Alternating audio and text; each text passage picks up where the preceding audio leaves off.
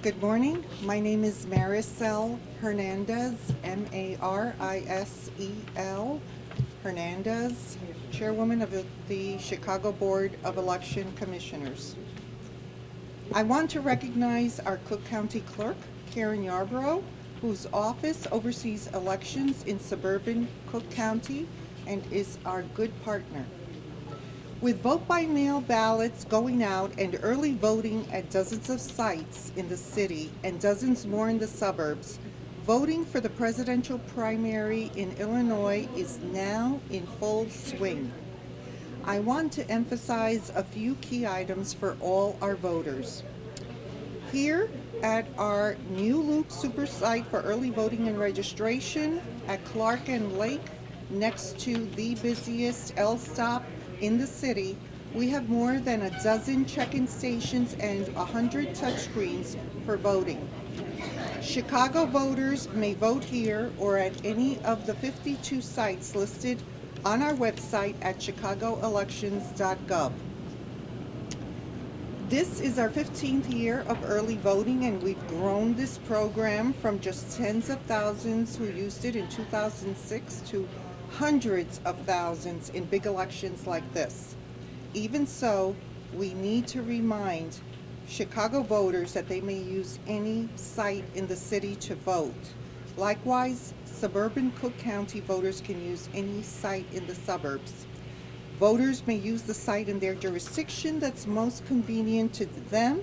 So if there's a site near you or your job, your children's school, while getting a haircut or shopping, please feel free to use that site. All of our early voting sites are open through March 16th, Monday through Saturday from 9 a.m. to 5 p.m. and Sundays from 10 a.m. to 4 p.m. We provide voter registration at each of our early voting sites. That means you can register for the first time or file an address change or file a name change, and then cast your ballot at the same time during that visit. You'll need 2 forms of ID, at least one of which shows your current address. That can include a letter from your bank or your utility company, or even an account that you could pull up on your phone. Voters will notice that we have all new voting equipment that has a much larger screen and is easier to use. We use the touchscreen in early voting because the touchscreens can present and print out any of the 1,100 Democratic and Republican ballot styles that we need to offer. And they can present the ballots in English, Spanish, Chinese, Hindi, Korean, and Tagalog. The big difference voters will notice is that once they make their selections on the touchscreen, they will now print out the ballot and review it to make sure it accurately reflects their choices, and then they will bring that ballot to the scanner to be processed. Before we hear from Karen, I just want to give you a few updates. Through Sunday, we have seen 1,823 people use early voting. That's similar to what we had in 2016 at this point, because only now, with recent primaries and Super Tuesday tomorrow, we know more voters will start making up their minds to be ready to vote. At the same time, we have already seen a monumental increase in applications to vote by mail. Through Sunday, we had 63,000 applications compared to 34,000 who applied to vote by mail in the 2016 primary. We still have until March 12th for voters to apply to vote by mail, and we already have more than 80% more vote by mail applications. We think this is because we've made vote by mail much more accessible, with the new ability to track your ballot on the way to you, and then when you mail it, on the way back to us. And we send a confirmation email telling you your ballot has arrived and is being counted. And last but not least, to all of those young U.S. citizens who are 17 years of age and who will turn 18 by November 3rd, 2020, you are eligible to register and vote at this primary election in Illinois.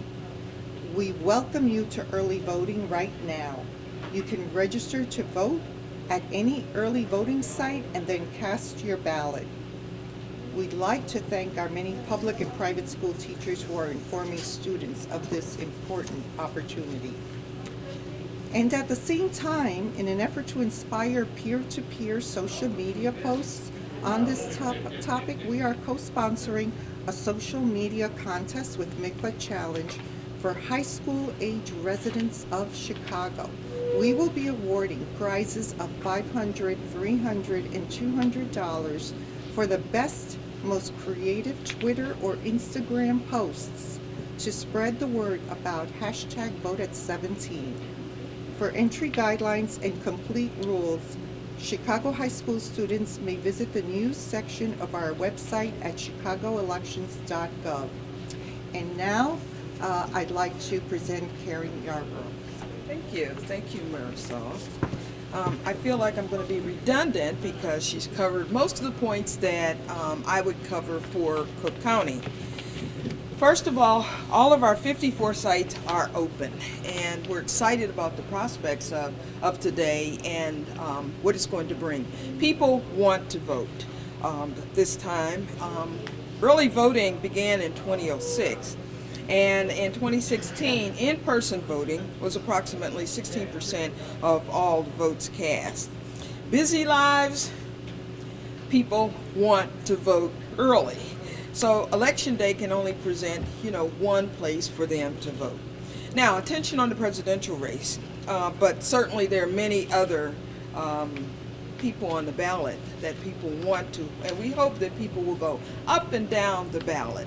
I often tell people that certainly, they want to vote for the president. They may never touch the president, but they certainly will touch their aldermen, their committeemen, their judges, certainly their judges. So we're encouraging people to go from top to bottom, take the time. At the end of the day, you'll feel better when somebody gets elected that hopefully you voted for. So each voting household has already or will receive a mailer from my office that'll tell voters where the nearest early voting site is. They'll also have the hours and location, or they can easily go to my website, cookcountyclerk.com/early voting, and you can find those sites. Our primary record for early voting is 113,641 ballots in 2016.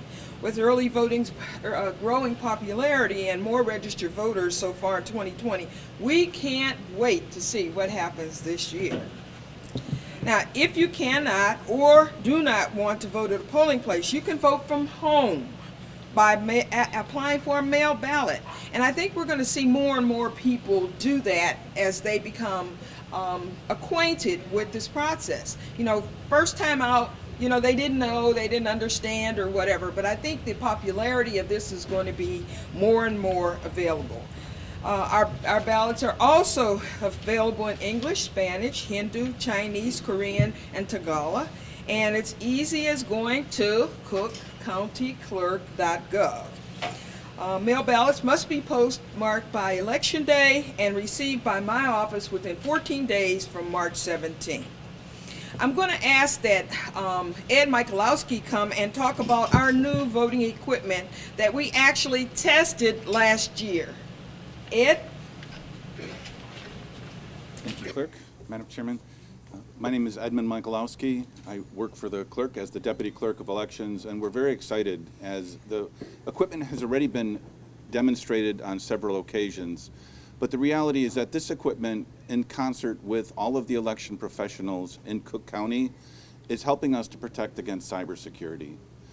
Whether an individual selects a ballot marking device on early voting or on Election Day, or whether they choose a paper ballot on Election Day, those will be imaged. So we'll have the ability to recall any ballots that are cast. The equipment came at a price, but hopefully long-term it comes at a better price. Voter ease and understanding that the voting system is fair and unbending. We're very excited about the equipment. Currently, our wait lines are on our website for all early voting sites. We have just about 20,000 mail ballots that have come through, and we have about 2,000 individuals who have early voted to date. Okay, thank you. Yeah, MICHALOWSKI. Okay, lastly, you have the right to ask for help in a polling place. You have the right to privacy when casting your ballot. And if you're an eligible voter residing in suburban Cook County, you have the right to exercise your vote and your voice in the 2020 presidential primary. Thank you.